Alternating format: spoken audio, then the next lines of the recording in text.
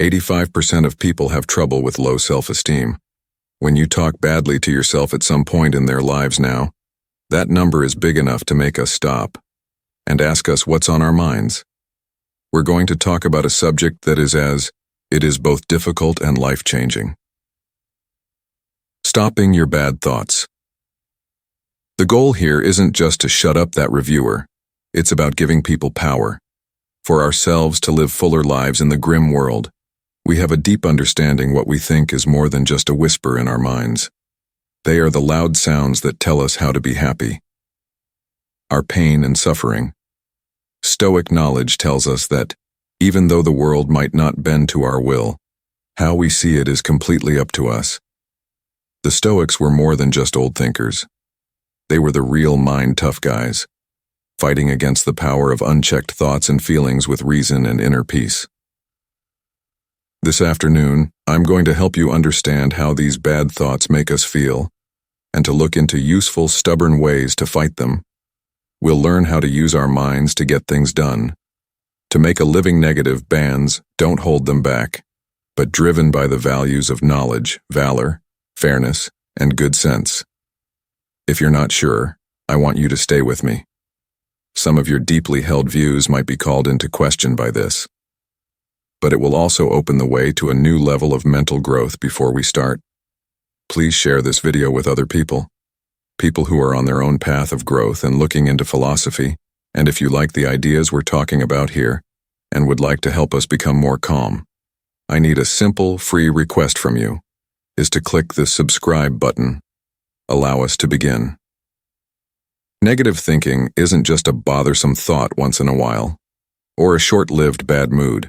It's a widespread problem that can have a huge effect on every part of our lives based on how we feel when we wake up to the health decisions we make, jobs and relationships. These thoughts can be very bad for you. However, what does negative thinking really mean? At its core, it's a habit of expecting the worst, not supporting our own work, and often thinking we are less able or deserve more than we really are. Now tell me why we keep falling into this trap. Stoic thinkers thought that which isn't the events themselves that bother us, but rather how we see these events. It is said that Epictetus men don't get upset about things, but by how they see them. This point of view is at the heart of knowing what's wrong with our negative thoughts. Our limitations aren't always caused by truth. It's how we see the world.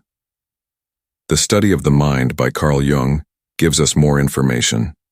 He understood that a lot of our bad thoughts come from parts of our minds that we are not fully aware of the mind of each person and of everyone. For as long as you don't make the unconscious aware, Jung wrote, it will decide what happens in your life, and you'll call it fate. Bringing these unconscious biases and ideas to the surface in the light of careful study, we can start to lessen their power over us. Think about it for a moment, what this means for our daily lives. When the going gets tough, negative thoughts can make us feel like we've already lost before we started, stopping us from taking the very things that could make you successful. It feels like being on a boat, to row as hard as you can, but you don't know you're tied to the shore no matter how hard you try. You're not going anywhere. Stoicism teaches us to think about what we're thinking. Think critically and clearly to question whether these negative beliefs are true. Marcus Aurelius wrote about his thoughts and makes us think carefully about our thoughts, and to get rid of the ones that are silly or useless. Thinking about yourself in this way lets us break free from negative ways of thinking and get back in charge of our mental world. Let's do not undervalue the power of our society and background culture. In a world full of messages that say you're not good enough in case it doesn't work out enough, too smart or too rich, it's simple to understand how bad ideas can enter. People often pay attention to these words. Doubt and fear are growing like weeds. That can stunt our growth. To be stern gives us the tools we need to get rid of these weeds and grow a yard of more helpful plants, positive thoughts to deal with this problem of negative thinking. This is what we're going to do today. It's not only about giving up or staying away from bad thoughts, not just knowing them well, asking them a lot of questions, then replacing them with well-thought-out, reasonable thought. Being silent isn't just a way to deal with things. To thrive, We must control our thoughts. We control how we think and, in the end, our lives. So let's remember this as we go on. A fear and limits which can grow into a permanent state of bad mood. From a very young age, many of us learn about places that may not help build good self-esteem. Think about a kid who keeps being told they're not smart enough, or a method for education that seems to honor only excellence. These events can have a big effect on our view of the world. Aristotle once said that we are what we do over and over. So, greatness is not something you do, it's something you do all the time. If we use this way of thought to the mind, we see that happen again. Having bad thoughts can turn into a habit of how we see ourselves and our skills in a less vivid way, our own experiences with failing and being turned down. Remember to keep reinforcing these bad scripts every time something goes wrong or someone criticizes us. It can confirm a bad thing. Internal speech that whispers, "I was sure I could not do it." There's a chance that this will come true on its own. Not because we can't do it, but since we start to behave in ways that match our negative views. Plutarch's idea that the mind makes reality. If we change our minds, we can change our lives, is incredibly important here. By looking at and questioning what we think these events mean, we can begin to take it apart. What our bad thoughts are based on fear is also a very important part of encouraging bad thinking. It's a natural way to keep you safe. That often turns into too much worry or worry clouding our ability to make good decisions. The fear of failing and the fear of the unknown. A fear of being turned down can all cause people to think negatively, where the mind immediately thinks of the worst things that could happen. Stoicism can help you deal with this. Evil plans ahead of time, which means picturing the worst thing that could happen in enough information to make it less upsetting when or if it really does happen. Carl Jung thought that, until you wake up the unconscious. It will decide what happens in your life, and you'll call it fate. A lot of our bad thoughts have their roots in unconscious ideas formed when we were young, shaped by our teachers, the news and teachers. Most of the time, these unconscious views are not questioned because we don't fully understand them in our minds. Bringing these ideas to light can take away their power and give us back control of our thoughts. Besides, you can't ignore the forces of society and culture. We live in a world that stresses lack a lot, and setting very high standards for competition that might seem impossible to reach. This setting can cause people to constantly compare, and thoughts that you're never good enough. Stoicism teaches us to change our attention, from outside approval to inner virtues, telling us how to measure success by our growth as people, instead of by comparing to other people. Many different things can lead to negative thoughts. Relating to personal history, feelings and emotions, deep-seated fears and messages from society. But by using the best ideas from both Western mental health and ideas in particular, the Stoic concentrate on managing how we think and feel. We can start to understand and break out of these bad thought habits. This really deep understanding does not only lessen their affects, but gives us the power to rebuild our mental system in a more upbeat and strong way. When we talk about making our minds fresh again, we're not just offering a short term, try to think more positively. We're pushing for a deep understanding change that lasts the talk we have with ourselves.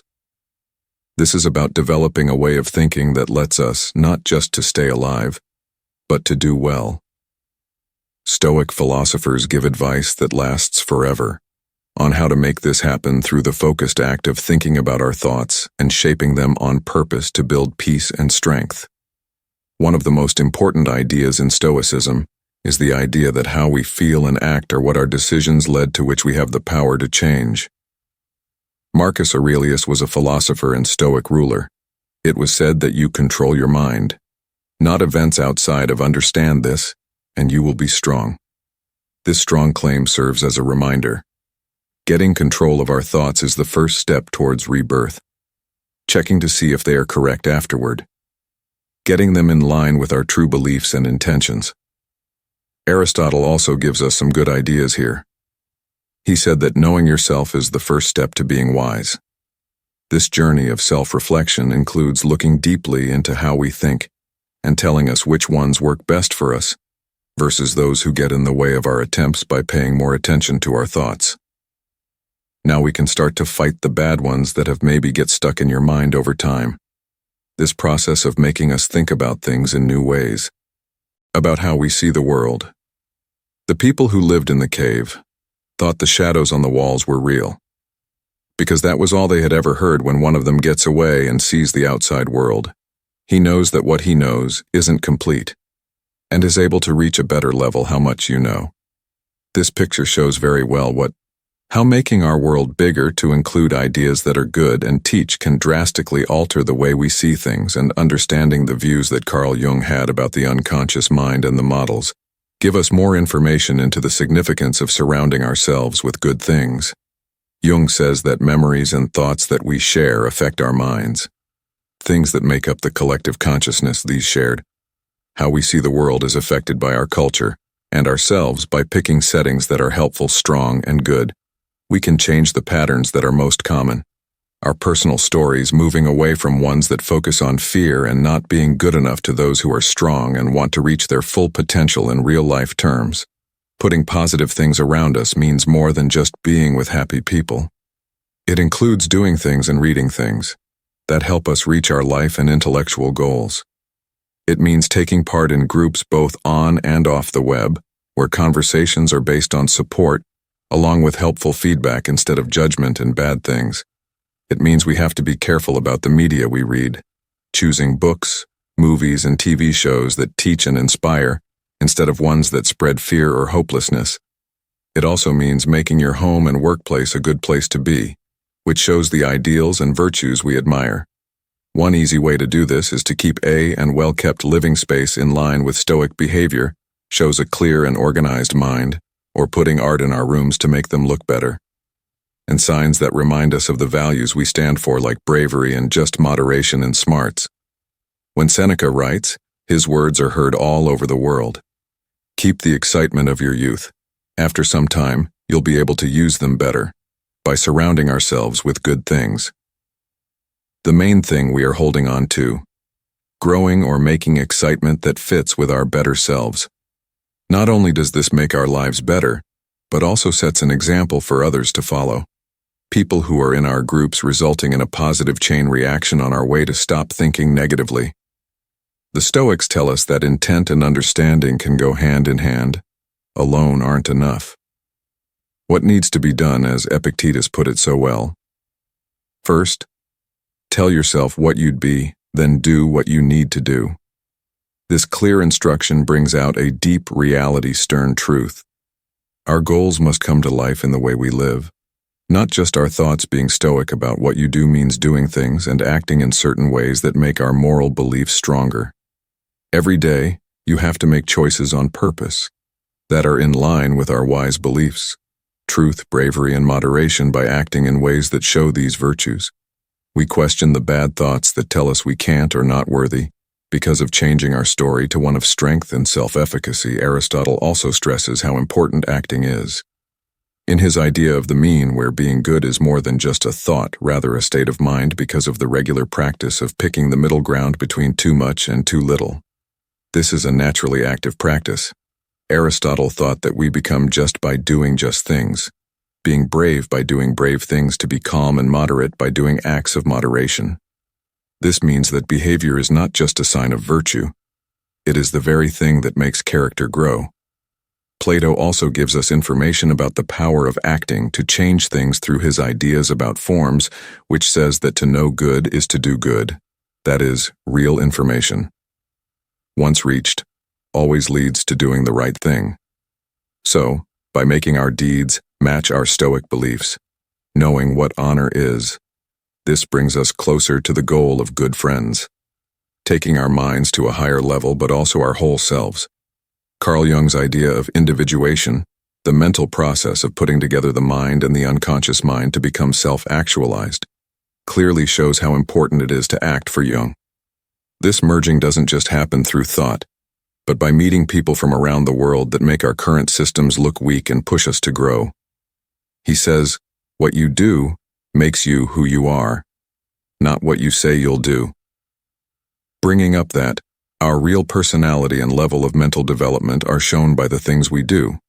Hence, Stoic behavior includes more than just fighting off bad thoughts. It's about being responsible, following the values that make up Stoicism.